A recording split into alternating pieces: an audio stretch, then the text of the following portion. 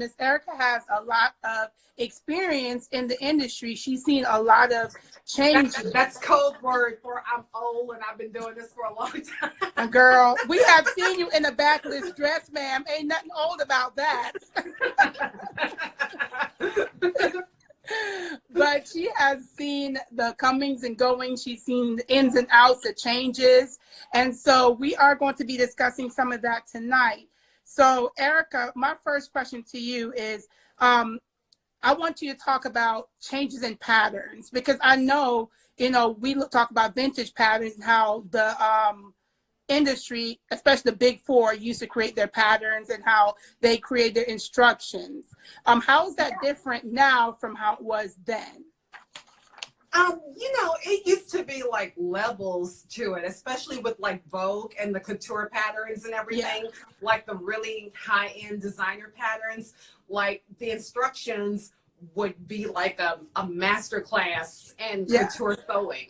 And that's why, like, when I make a coat or things like that, I love to refer back to those, because they would have everything, and the pattern included like the pattern pieces for like the backstays and just everywhere that interfacing should go, that that a lot of people don't know that they're supposed to interface, like when you're making like a sleeve with a vent, and like they even have like the little L-shaped piece and everything for the sleeve. The same thing with the vents in the back.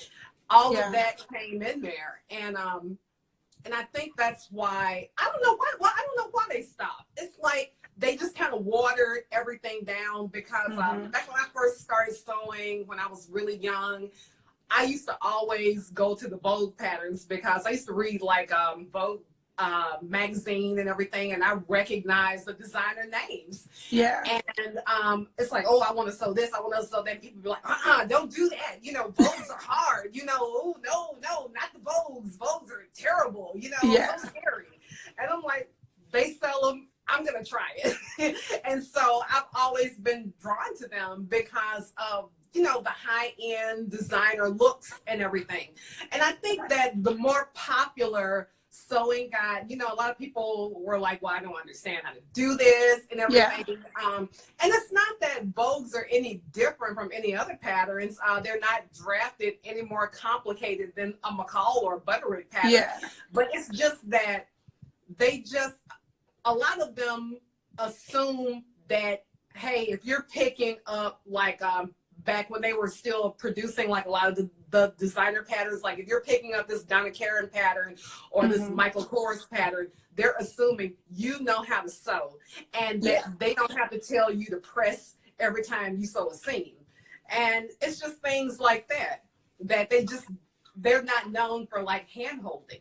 And I think that's where they started watering things down. It's like, well, we don't want to have like a set of patterns that are like considered to be, overtly complicated for different sewers. Like all the sewing girls should be able to play. And I think that they were striving to be so inclusive that they almost became boring. It's like you don't have anything necessarily to strive for.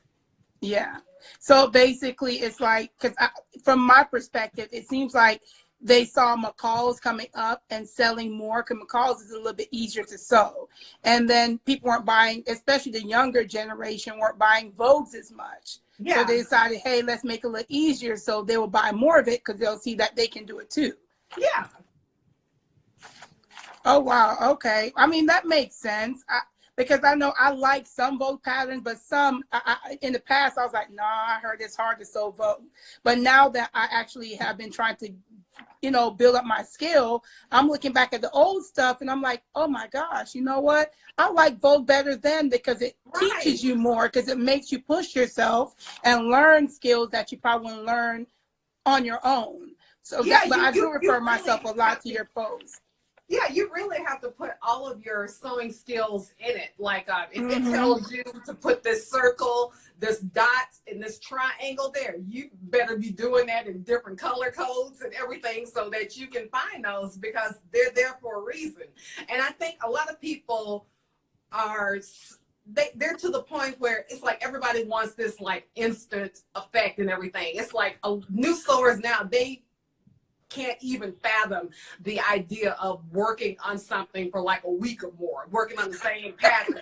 And that's the way it used to be. Mm-hmm. Like it would take you like 2 weeks sometimes to complete things. I've had like coat patterns that, you know, like I wasn't even working or anything, and I would work on this coat a little bit. Like by the time you get through cutting it out, you have so many pattern pieces. You have like the fabric, the lining, sometimes inner linings, and different types of interfacings and everything.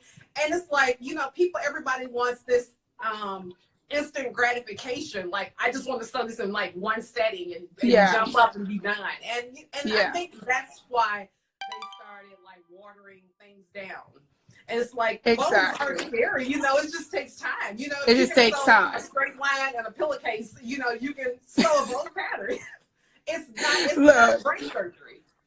It's not, but I mean, like, I do like Vogue for the fact that it does make me have to really go back and check myself and check my skills and go back and learn. Like, I bought a sewing book because of Vogue patterns. I was like, I need a book to tell me all these directions, all of these definitions. So, I mean, I liked it the way it was, the older Vogue. And I think they really started doing this in the last, 5 years or so, they started changing it up. Yeah. I guess I don't know if it has to do with a lot of the fact that a lot of the designers that they were using aren't working with them and like licensing out their patterns anymore like they used to. And to me, it just seems like they're just not that interesting anymore. Oh, wow. But and Corny Rainbow, I saw your mom's page. McCall's are really cute, and McCall is really cute and really trendy and everything. But, you know, we just don't have that designer thing anymore. No. And plus with McCall's, for me, I don't even already follow the directions. I kind of follow to a certain extent, then I go my own route. Like, it'll say, it'll say, you know, put something here, and I go, no, I'm gonna line it instead. Or they say, do this here, and I'm saying, no, I'm gonna do this instead. And I think that comes with growth in your sewing.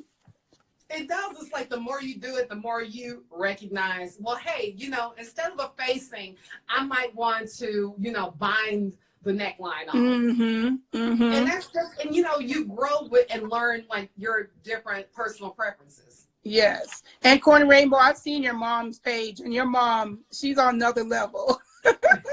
So I believe she taught you from that. All right. So my next question for you, Erica, is what do you think that pattern companies do better now or versus what they did then? And then we're going to pose that question to what do you think they do worse now versus then?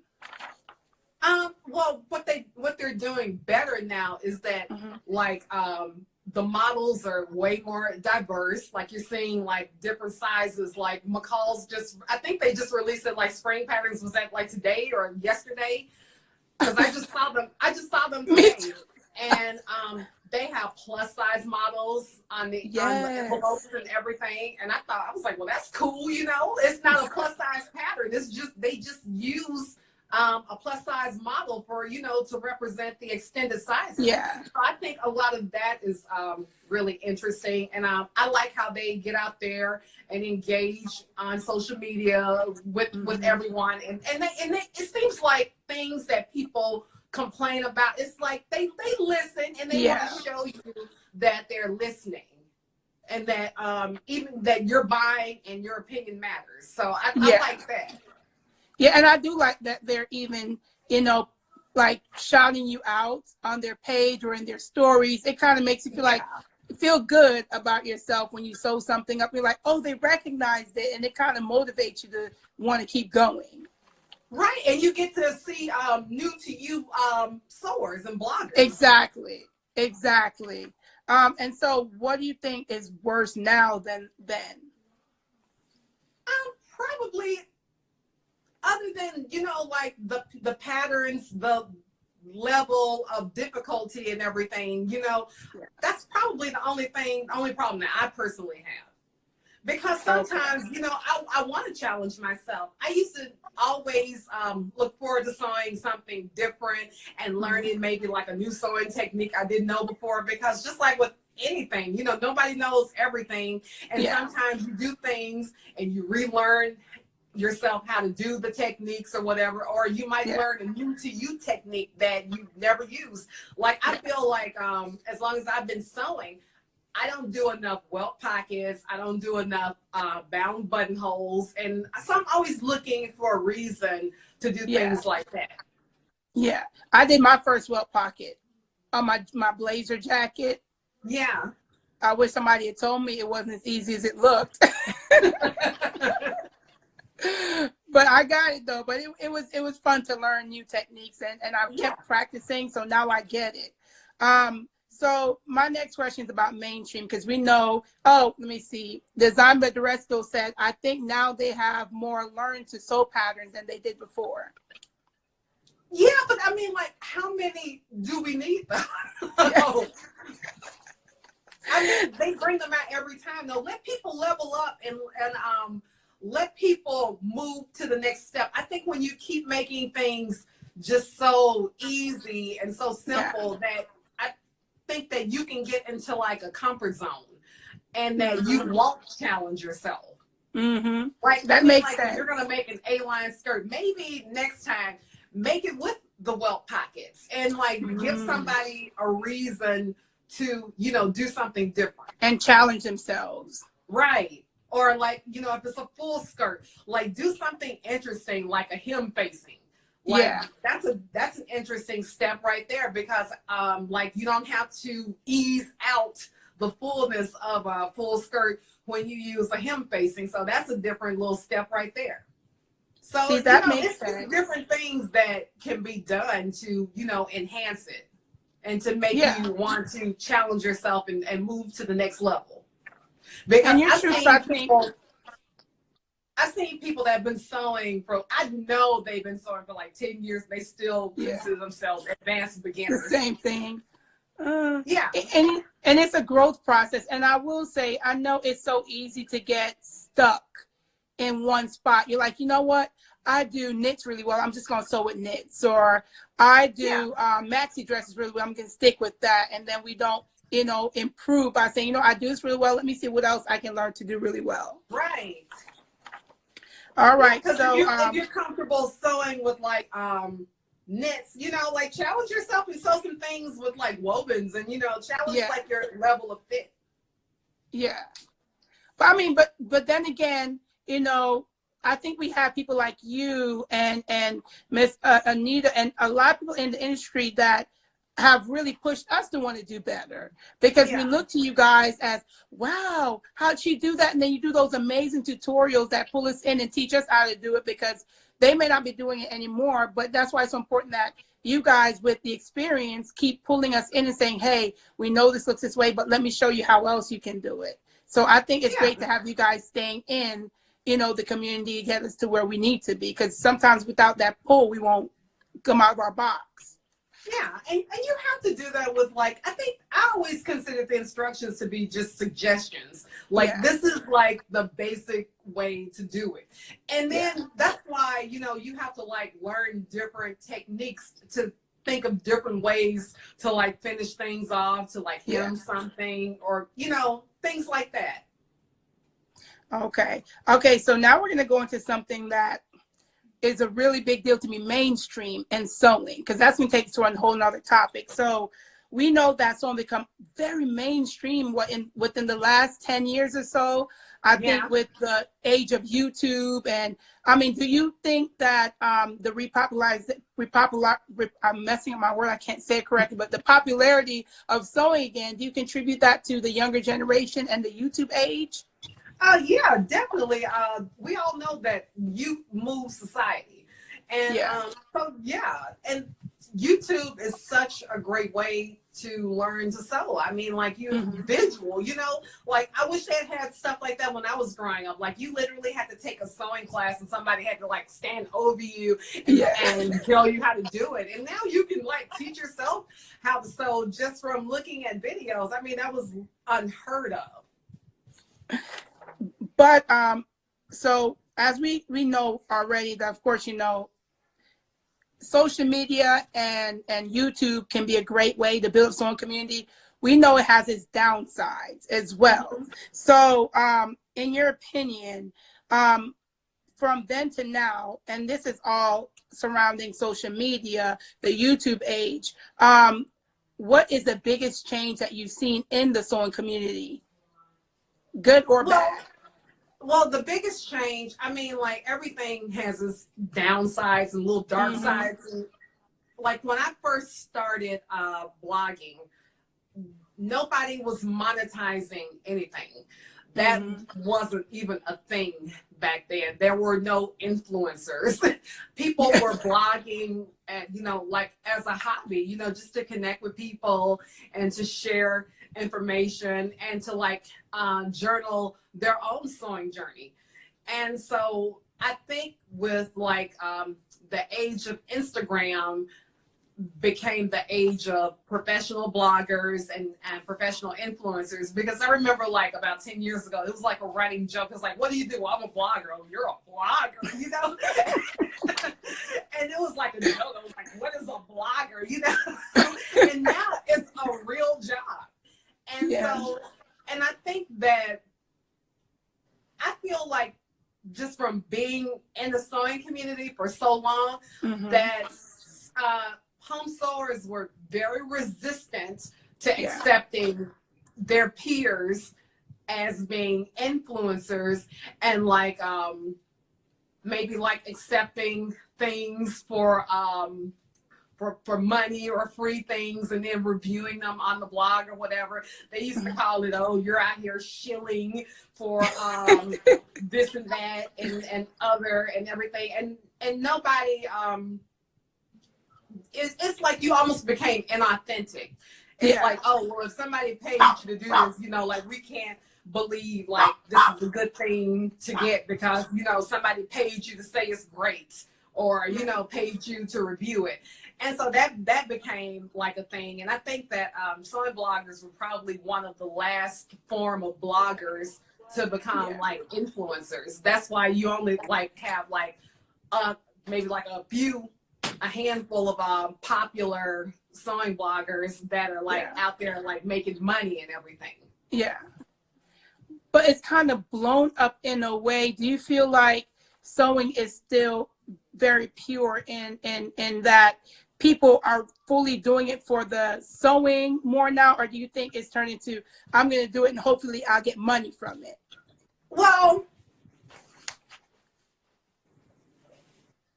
money is great. There's nothing wrong with getting money, but I mean, like, I think everything you see online now, you got to take it with a grain of salt. Yeah. Unless you really have a good idea of who the people are involved. Like you can look at people and kind of figure things out. Like if somebody is only sewing, say, ball gowns, and they're doing it for the gram because like, and then they come on like live or whatever, and they're in like their little uniform, like t-shirt and some jeans, and you never see them like when they're like out during like their little IG stories or whatever, and anything they've ever made, then you pretty much know that, hey, I'm doing it for the gram, I'm doing it for the clout, or, something like that. And you just kind of have to go and move on with yourself that, hey, I'm being entertained by this, and that's where I'm going to leave it. Yeah. And you have to park it there. And then you have people that aren't even into fashion, but they can sew their behinds off. And you can look at them and you will learn some techniques and how to sew and everything, and you have to just kind of like compartmentalize things. Yeah, and figure out what area this is and what area that and where your lane is. What are you getting out of it? If you want to see Susie B IG, make her big ball gown skirt or whatever, and run through a field. I mean, like, hey, that's fun to look at. It's fun to look at, and and you have to like just look at it like that. We all get on Instagram for whatever purpose, to be entertained, you know, to get through the day, to learn something, to be inspired, in your own creativity, you know, whatever it does for you, you know, it's a space for everybody. It is. It's a space for everybody to do their thing, and it's a space for all of us to receive whatever we need to get out of it. Yeah. I mean, and the thing I love, and I know you and I spoken about this in the past, you know, it's every once in a while it's fun to sew something like out of the box, an extra that you probably wouldn't wear anyway, but you want to see if you could do it. But sometimes I see people and I'm like, do you wear all that for real? Like, where are you wearing all that to? And they don't have to. That might be their creative outlet. Yeah. You know what I'm saying? So yeah. But I've never been that person, you know, like I genuinely like to make clothes that I'm going to wear like on a daily basis. You know, every now and then I might throw like a little lush piece in there. Yeah. But you know, for the most part, you know, I like to build my wardrobe. My wardrobe is like out of real clothes and everything. It's probably about 95% sewn by me. Look, I've been through your blog for years, and like I still have saved in my file on my internet page, like under favorites, some of your coats, because I'm like, the Vogue coat I want to make, the new version they have doesn't have all the stuff you have on your blog page. So I'm like, me save this right here, so I know where to go back to learn how to do the shoulder paddings and, you know, do the little thing you do on the arm to keep it structured. And so I mean, I know I like to make things I wear every day, because look, if I'm giving up shopping, I need to put something else in this place to fill my wardrobe, my closet. Right. But, and that's why I started sewing, because you know, like as a tall girl, you know, I was having problems finding pants long enough. I could never, and I'm slightly pear-shaped. So if you buy a dress, you know, for it to be fitted in the hips and everything, it was too big on top. And so as much money as I was spending on getting things altered, because I don't do alterations, you know, as much as I sew, I'm not ripping seams loose and altering anything. If I had to have something altered, I would still, you know, outsource that. I'm not doing that myself. I cannot stand that. I will alter my jeans. That's about it. We all have things we hate, and I hate doing stuff like that. I would never be a refashioner type of seamstress or whatever. That's not me. I'm not ripping anything apart. I would rather just buy the fabric and make it from scratch. From scratch all over again. Yeah. Look, I'll try to refashioning, because sometimes, you know, I'll go, like my daughter and I, we love thrifting, and I'll go and I'll find a shirt that the dress is ugly, but the fabric is pretty. And I'm like, I could take this fabric and remake it into something else, but I'm not going to redo it and alter it. I'm just going to make something all new out of the fabric alone. So I you know, that's part of refashion that I do like, but I'm not trying to alter anything and make it the same, take it in. That's too much work. No. So when it comes to social media, because as you know, there's a lot of ups and downs on it. You have to excuse me. My allergies. Oh, that's okay. Right. Look, Erica, did we talk last night? Anything goes on this show. Like, you remember what happened the first two shows. Like, we're in full blown spring right now, so. Look, you see how many times I made a mistake and turned my camera around. I was like, oh Lord, let me stop touching the screen. But so, you know, we know social media has ups and downs in both the sewing and the fashion, in any industry, really. Yeah. But I mean, there's some positives, you know, in social media. You know, I think a lot of people gain a lot of wonderful success from it. Have been able to leave their jobs and do something they love because of social media. And then there have been some negatives where there are people who literally fall into depression because of social media. Yeah. So, I mean, for you, do you think that social media is more so positive than negative, and why? I think it really depends on the person. Like, by the time, like I was on Facebook since it first came out, because my kids are just that old. I got on Facebook to see what my kids were doing. I think I joined Facebook in like 2007. And I got on Instagram probably around 2011. By the time I got on Instagram, I was already 40 years old. So I was already a fully formed adult. And I think that if you don't know who you are, Mm-hmm. and you see people doing things, Yeah. and that upsets your spirit, Mm-hmm. then you might need to fall back a little bit. Maybe like go through your feet and be like, you know what, I am not a hater, but I'm not in a position in my life right now where Mm-hmm. I can be jet setting and getting passport stamps, or like buying like the latest designer bag. Yeah. Or she's out here buying like $500 worth of fabric in New York City. I can't do that right now. And you know what? I love you, girl. You do you, but I'm gonna tap out because I just can't be disturbed by that right now. And you have to tell yourself that it's okay. Yeah. And like people want to always like box you out, well, you're just a hater. Well, maybe I am. I don't know. But that's not for me. And Yeah. I don't want to see that. And and people go through ebbs and flows in life. Like you might be depressed. You might have job loss. You may be going through finances, because we're all grown people, and we have sense enough to know that everybody's finances takes not the same ups and downs.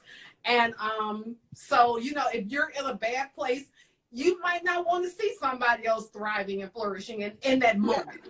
Yeah. And so it doesn't make you a hater, I don't think. I think that, we're human. And sometimes we're at a point in our life where we're going through something where, like, it's not that we're not happy for you, but watching you makes me feel bad about myself or make me feel depressed. So maybe I'm just going to unfollow you for a while till I get myself together in a place where I can acknowledge your greatness, and still feel good about myself. Exactly. And like I've seen women that have come to me online. They send me messages like, oh my God, well, you have kids and everything, how were you able to sew like that? I'm like, I do what I want to do. And and it's okay if you can't do that in your household. Your kids will be grown one day and you will get to that point. And we all have had those chapters. I had chapters. I had three little babies and everything, and girl, I was running here and there and everywhere. At one point, I had 3 in 3 different schools, and they all had, extracurricular activities and everything. And then, the older they got, the more I started leveling off and being able to, reel myself back in and do what I need to do for me. Yeah. And now, I'm an empty nester, so they're grown. Look, you got all the time. And so you go through those periods in life, and you just have to know that everybody has their own journey and their own chapter that they're going through, and you can't be looking at somebody else's life and comparing it to yours, because you don't know what they're going through, and you don't know what they've been through. You don't. And I've been starting to coin. Look, Instagram got me coining my own phrases. Okay. I've been coining things like the keep up race, like sometimes we see people doing so much and we think, I want to do that too. Oh my gosh, you're putting out something every week. I want to do it too. I'm like, don't do it. Like, go at your pace. I post when I feel like it. I may not post a new outfit for about 6 weeks and it'll come back. That's because that's my pace. Exactly. Because in between seasons, I tend to tap out because it's like, especially like right after the first of the year, it's like once January hits, it's like, okay, maybe I might sew like 1 or 2 more, winter pieces. But like in Alabama and just like Georgia, like we go from like 40 degrees to 85 degrees in like a week. And so like, like by next week, we're going to be fully in spring. So I know that winter is done for me. Look, and I'm in Atlanta, so I'm right by you. So we be sharing the same weather. Like this week, it's supposed to be spring tomorrow, actually. By the weather. Yeah, and I know that like it's too warm to really sew winter, but I'm not ready to sew spring. So sometimes I just tap out. So I sew workout clothes. So that's why I sewed like something that I needed in my wardrobe. And now I'm feeling inspired again. I looked outside, you know, the cars are covered in pollen and everything. Now I was Yeah. like, okay, it's spring now. So, you know, let's get on board with that. And I know for me, I realize that I sow more in the spring, summer than I do in the fall, winter. That's just fall, winter. It's just like everybody wants to be outdoors, doing the outdoor stuff and family stuff. So I'm like, tap out. I'll be back in spring and summer. But I think we have to do what works for us. We can't try to keep up with everyone. And I think with the keep up game, what happens is, and I think it becomes not even on purpose sometimes. It's just like you said before, we're looking at other people and how they're doing things, and we start thinking, should I be doing that too? I love the soul, and they're always posting something. And then, you know, we even get to the part where we see, oh, they have this many likes because they're posting a lot. So we think we want to get there too. The I'm not enough syndrome. And that's what people go through, and they start feeling like, okay, well, they're doing this and they're doing that. I don't feel like I'm enough. And you know, and you can't look at it like that. And I always said that I'm glad that social media wasn't around when I had like little kids, because I would have questioned everything about motherhood at the time. And it does though. Like you see women that give the appearance that they have it all together. Maybe some do. You know, you don't know who has help. You don't know what's going on behind the scenes. And you have people that are bothered by that, and then you have other people that try to go, her house ain't that clean. She just took a picture of the clean spot. And you know, so that's true though. I'm one of those people. I'm like, maybe her house is that clean. Maybe she only takes pictures on the day that is actually clean. Yeah. Look, that's my sewing room. You see my sewing room, like, oh, it's clean over there. I'm like, y'all, it's just because I took everything, scooted over there. And then I took a picture in this little one spot that I know ain't got nothing in view. But it's not always perfect. And that's the falseness of perfection that we put out there. We assume that what we see is real, and then we try to attain that same thing. Yeah. And you know, and like I said, maybe some people are extremely organized, and that's okay. It's perfectly fine. You know what I'm saying? And I think that, you know, people always want to like gauge themselves against someone else. And it's like, just worry about yourself. Look, worry about yourself. And I see people like that, and it makes me just sad for like, it's like, you are a brilliant, smart, grown woman, and you worrying about these Instagram people. It's like, girl, if you don't log out and turn your phone over, take a mental break. You have to take mental breaks, because sometimes it's not even the negativity. Some people can almost kill you with positivity. It's like, hey, you can do it. Get up and do this and do that. You know, like, forget how you're feeling and do this and do that. It's like, okay, that's too much noise right now, so I don't want to hear that either right this minute. You know, the cheering squad need to take a break. So, you know, I'm pulling out from that too. And it's like all of that though. It can be a lot. It's social media can be overwhelming sometimes. Yeah. Too much good and too much bad. You have to know within yourself, like, you know, when you've had enough and you need to like pull out. I know. Honestly, I went onto Instagram because Facebook was making me feel bad about myself, because I would see everybody posting all the things they're doing with their kids are fantastic, and I was like, man, y'all make me sick. Ain't nobody doing all that. Like, somebody's gonna close the door and be like, y'all go color, watch SpongeBob. Give me an hour. Look, you know. I have no desire to do all that. It's like, just leave me alone and let me be. Right. That's why I got my own space, because I think, especially as mothers, you know, we put so much on ourselves. There's so much that we want to do. And I'm not going to lie, I'm just started learning about a year or two to do things for myself. Because there's that guilt that comes in where you feel like, if I'm doing for me, I'm taking from them. And you're not, but they have to see you. Complex. Huh? The martyr complex. That's what it's called? Yeah. I mean, like, do you want to be a mother, or do you want to be a martyr? Oh wow, I didn't know this was. Well, I've had Yeah, that. it's like when I remember back when my kids were in school, you always saw that mom, like her husband and her kids, they would look like they were pulled out of a Gap ad. And she would come in there just looking just sad and just ran down and everything, Mm-hmm. because she has been just taking care of the whole family, Yeah. and her cup is empty Yeah. because she's poured everything into them and she didn't save anything for herself. And I call that the martyr complex. And a lot of women feel guilty when, it's like if you take out the least little bit of time and do something for yourself, you feel like that's Mm-hmm. time that you could have been allocating to your family. Yeah. And you have to know when to practice that self-care. And self-care is more than just getting your nails done or putting face mask on. It's like, I need to have some quiet time right now. Yeah. And like my kids knew back when I worked that when I came home in the evening, I didn't do anything. I walked in the house, I said hello, I had my mail in my hand, and I went in my bathroom, and I literally, TMI, I literally sat on the toilet for just 30 minutes and just opened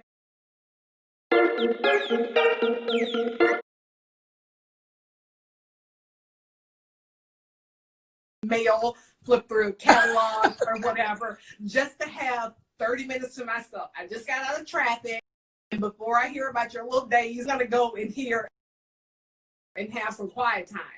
And Yeah. and you have to try to fill your cup back in Yeah. before you can do for anybody else. Yeah.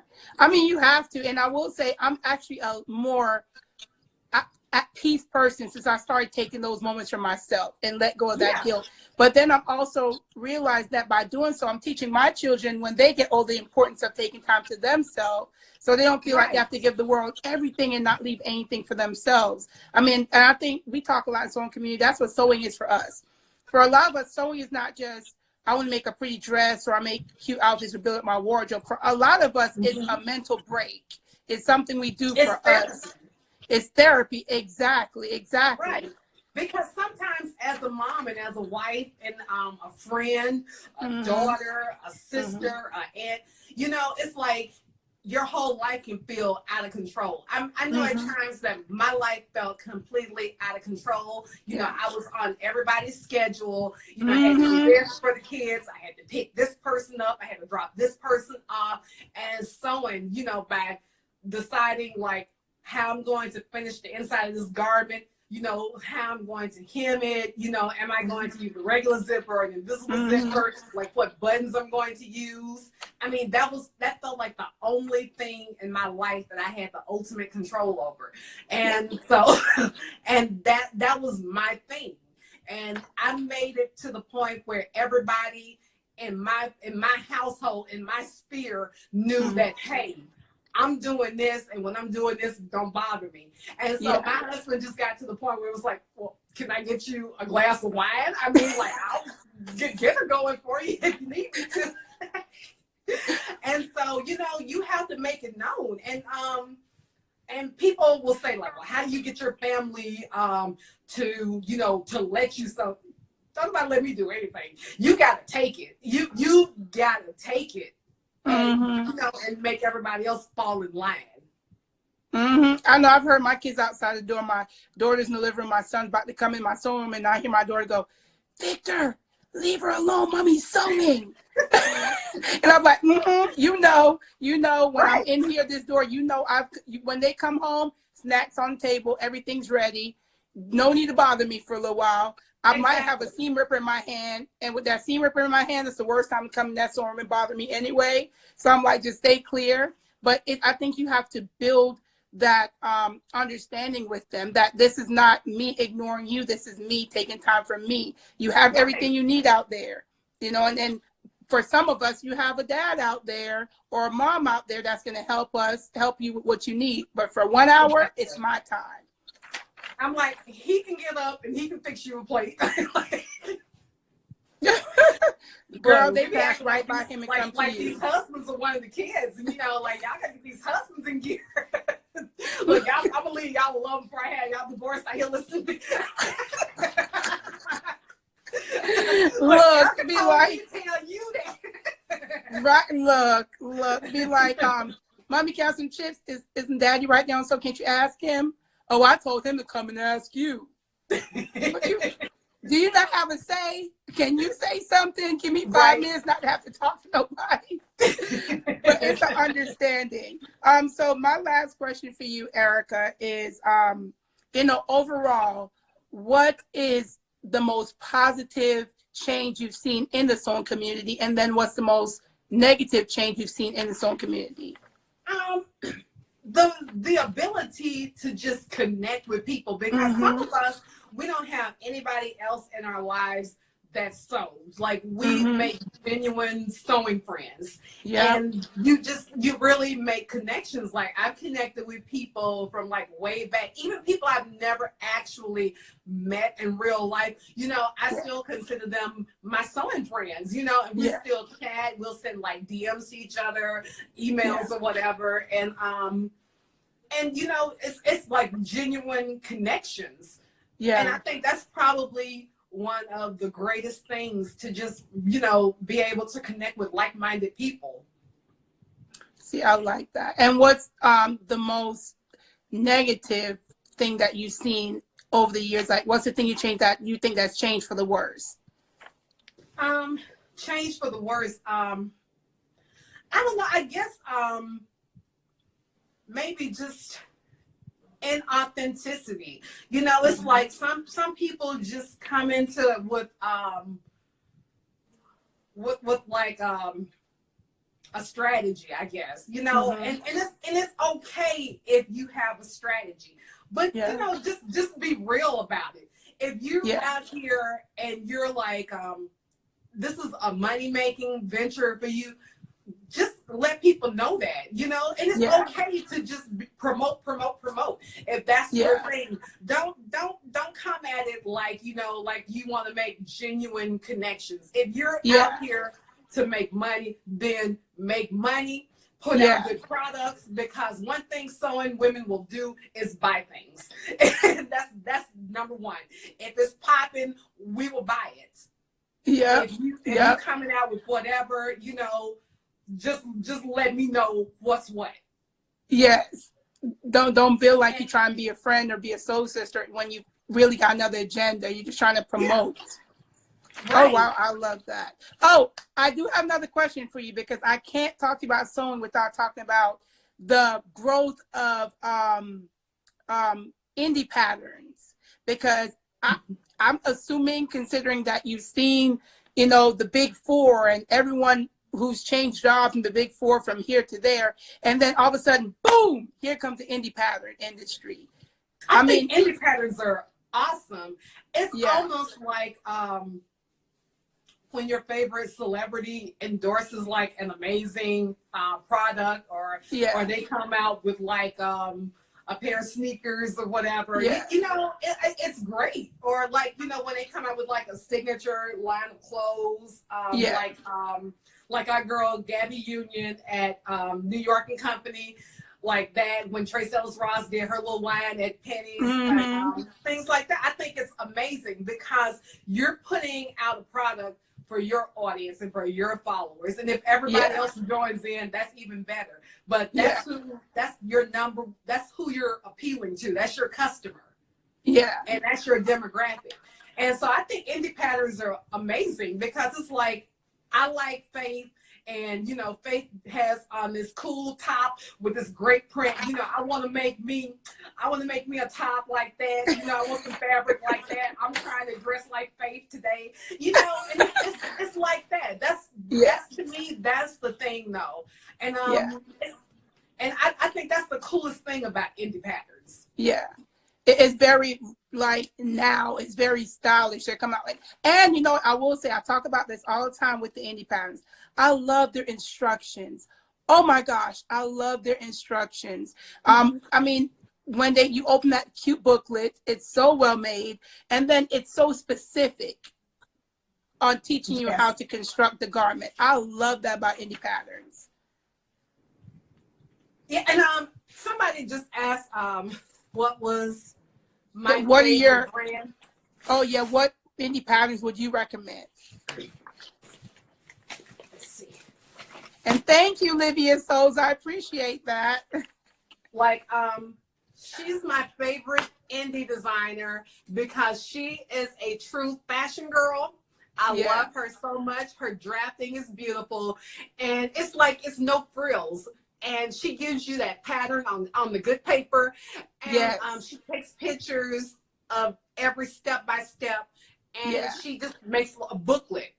And she's not like getting like a whole bunch of illustrations and everything. And she just takes really good pictures of each step. And that's trend patterns. Like I just like her. She went to school for this. Her name is Lucy, so tell Lucy I shouted her out, and show Lucy some love. She's my favorite British girl, and like they're pricey, but they're it's worth it. They're interesting, and they're just unique though. She's not like giving you like another basic tee or an A-line skirt or whatever. They have some good little style to them. Yeah, and I will say, you guys, I actually have one of their patterns, Erica, because you turned me on to them. I have the bomber jacket pattern. I've gotten to make it yet, but I'm starting on it for fall. But I love the instruction. It's well made, and it's so easy to follow. So thank you for that. And for you guys who didn't see it, that is Trend Patterns. And they're a wonderful company. They have really stylish stuff. If you're into fashion, that's where you need to go. Thank you again for turning me on to that. Lucy is a big fashion girl. Exactly. Let me see. So Crystal wants to know, are you coming up with more new patterns soon? And you guys, if you have questions for Erica, I'm going to give another minute for you guys to put your questions in and I'll ask her.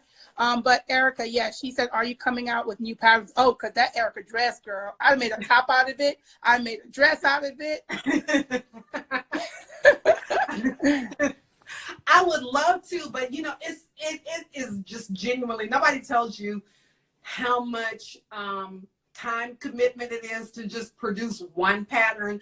Like I collaborated with Erin. Erin did like the technical stuff, but still I had to do that pattern about 3 or 4 times, just to work out the kinks and everything. And it takes a minute to do that, like especially like if you're like a one person machine and you're doing everything, which I can't even imagine.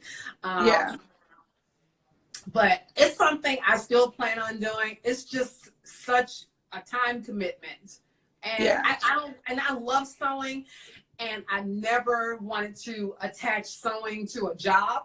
And that's the thing that keeps holding me back, because I feel like if I start doing this and I start feeling stressed behind sewing, I'm going to start hating sewing. It's just going to ruin the whole experience for me. And that's the only thing though. It's like, if I can figure out a way to do this without like just like killing myself, because I'm not trying to have a nervous breakdown to produce hot patterns. I know that's right. Yes.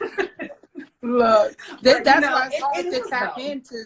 That's why it's hard to start a business, I think, with something you're passionate about, because you fear resenting it later and losing that love for it. Right, because it's so many levels to it, though. You have a business side, you have a technical side, and then you have a creative side.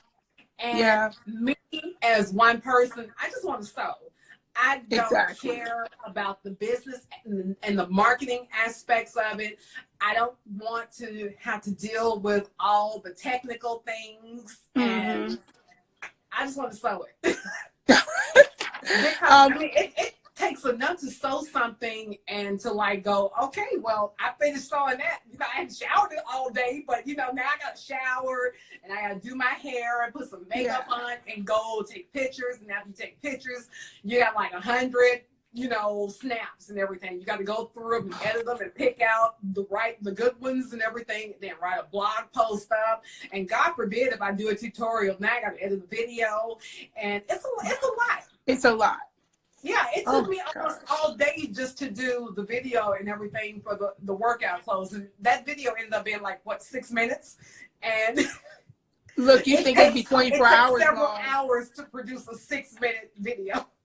Oh my gosh. I mean, it's a lot of work. That's why I give props to the people who put out stuff like that, because it's a lot of work and they deserve it when they get accolades and they get funds from it, because it's a lot that goes into it. I mean, I know I tried to do YouTube and I was like, I'm giving this a break. This is not my cup of tea. It's too much time. You know, I'll just sew. But Corny Rainbow wanted to ask, she said, how tall are you? 5'9" 3/4. I will not acknowledge 5'10", so I'm 5'9 3/4. Oh, right. So, oh yeah. So you're, if I stood next to you, you'd be looking down at me. Hi, lady. Look, I'm actually 5'2.5", but I tell people 5'3". Yeah, and when I'm in heels, I'm probably close to 6'2". So. Oh my goodness. Narcissimu, I hope I said it right. I apologize if I butchered it. She wanted to know, what would you do if you could not sew? Why wouldn't I be able to? Huh? I know, right? But if you couldn't sew, is there another hobby that you would have taken, that you would take up? If I couldn't, well, I crochet and I knit also. Yeah. And that's what I started doing, and I found that sewing was more instantaneous than knitting, because it would take me forever to knit. I'm not a fast knitter at all, and it takes, you're talking about almost a month to complete a project. And so what else have I done? I've done everything. I used to be a serial hobbyist. I've tried watercolor painting. I've tried decoupage. Something I did say, if I run up on like a shoe cobbling class, I want to learn to make shoes. So that's something I'm going to do within the next couple of years. But I don't know. I'm an avid reader. So if I couldn't sew, I might try my hand at writing like a thriller novel. That's my favorite book genre. So I might try that. Oh, look, no, question is, what would we do if you didn't sew? So we be like, okay, so where am I going to get my info from again? Where's Erica.com, EricaBunker.com? Because, I mean, honestly, a lot of us did get into sewing because of you and few other people, because I know I was like, I thought sewing was like Little House on the Prairie dresses. Then I saw you and Mimi G and all you guys. Girl, I know this is an offense, probably sounds really offensive, but back in the day, we called it Mammy Made, and you couldn't come out the house looking Mammy Made. So that's why I stopped sewing in high school and went and bought like all the Guess jeans and all the Jordache. I did not sew in high school. Not at all, because I mean that was like a joke. It was like nobody was sewing in the 80s and everything. Everybody wanted to wear like designer clothes, and nobody sewed back then. Well, not even in the 90s. I mean, people probably did in the 90s, but I didn't see any, because everybody was like, if you came to my school with something you saw, they'd be like, oh, what you got on? Oh, where you got that from? That House on the Prairie dress? I mean, you just laugh out. That was like the countryest of country things. And like nobody was wearing like home sewn wardrobes. You know, once I remember my neighbor, her little sister went to school in some overalls that her mom had made that child, and they clown that baby so bad. They were in a hee-haw print. You remember that TV show Hee-Haw with the donkey with the big teeth on there? And it was a hee-haw print, and she thought it was cute to send that child to school in that. And I'm laughing, Lord forgive me. And you know, and I was like, okay, nobody will ever know that I have a sewing machine at home in my bedroom. And you know, I was like, nope. But and I was like, oh, I can sew, I can make a dress. And I was like, nah, I ain't making no dress. Look, it was cute in the movie, but we don't know how to be taken in real life. Right. Another question for you is, do you like the sewing process or design process, or both? Probably both. I like when I'm really inspired by something that I see, and then like I'll go through the process of either starting with the pattern and maybe like drafting over it or like patterning pieces, different patterns together to get that designer look that I'm looking at. But yeah, I like that. I'll sketch it out. I have sketched before. I'm not good at sketching, but I sketch enough to get my idea out there. And but yeah, I like the design process, and I like planning. What I don't like, I wish I could get somebody to cut for me. I've said that before a million times over. If I can get some, I'm still cutting out this dress that I'm working on right now. I've been cutting out that Vogue dress. Yeah. Oh. Well, my fabric is thickly, and I'm wondering now if I made a bad fabric choice. So right now, I'm looking and I'm like, I don't know if I made the best choice on this. And because the fabric is a tinsel, and you know, a tinsel is just like a sexy version of rayon. And the bodice of this dress is cut on the bodice. And so, yeah. Did you buy enough fabric for that? I bought enough fabric for it. Okay. I bought what they told me to buy on the package. It's almost all cut out now, but you know how sometimes rayon, it looks warped after you cut it out. So we're gonna see what it turns out to be. Look, I've yet to see you turn out something that didn't turn out amazing. But you know, I go through that phase with everything. Like you know, it was like a meme somebody had for like sewing or creativity or something, where it's like, oh, this is gonna be amazing. Oh, this is garbage. I go through that with everything, with every project. At some point, I want to take it and ball it up and throw it in the trash. And when I feel like that, I have to put it down and walk away from it for a day or so. And then usually, I know it sounds crazy, but it comes to me almost in my sleep on like how to fix whatever is wrong with it. And then I can get up. If I have to rip it apart, I'll rip it apart and fix it. Or if I have extra fabric, I'll just recut something and, you know, try to save it. And then it turns, and it's like the ones that give me the most pressure and everything. Trump trying to be the most beautiful. Yeah. Yes. I mean, my pink wrap dress, that McCall's pattern, that Mimi G made, and actually Corny Rainbow made a blue one, I think. What color was it? Oh, yeah, the one with the sleeve. The yeah. In the sleeve. Yes. Oh, child. Girl out. And I let the cool weather get away from me.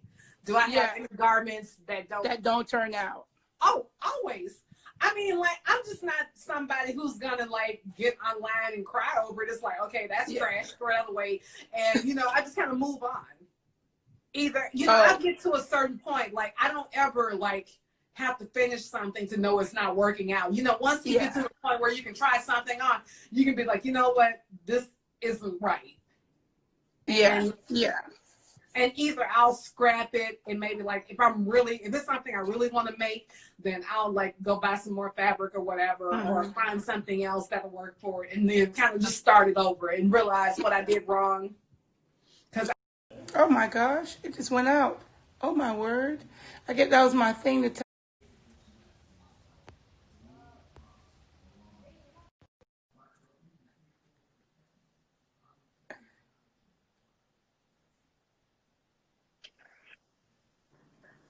Erica, Instagram is like, you've been on here too long. It's time for you to get off. Look, I felt like I was in an award show and they were like, you've been talking too long. Cut the mic. Turn on the music. Look, slung us right on off. But you guys, look, I guess that's telling me that, look, but we talking about Erica. I'm telling you, I really enjoyed having you on tonight. I mean, thank you for the wealth of information. And, you know, always fun.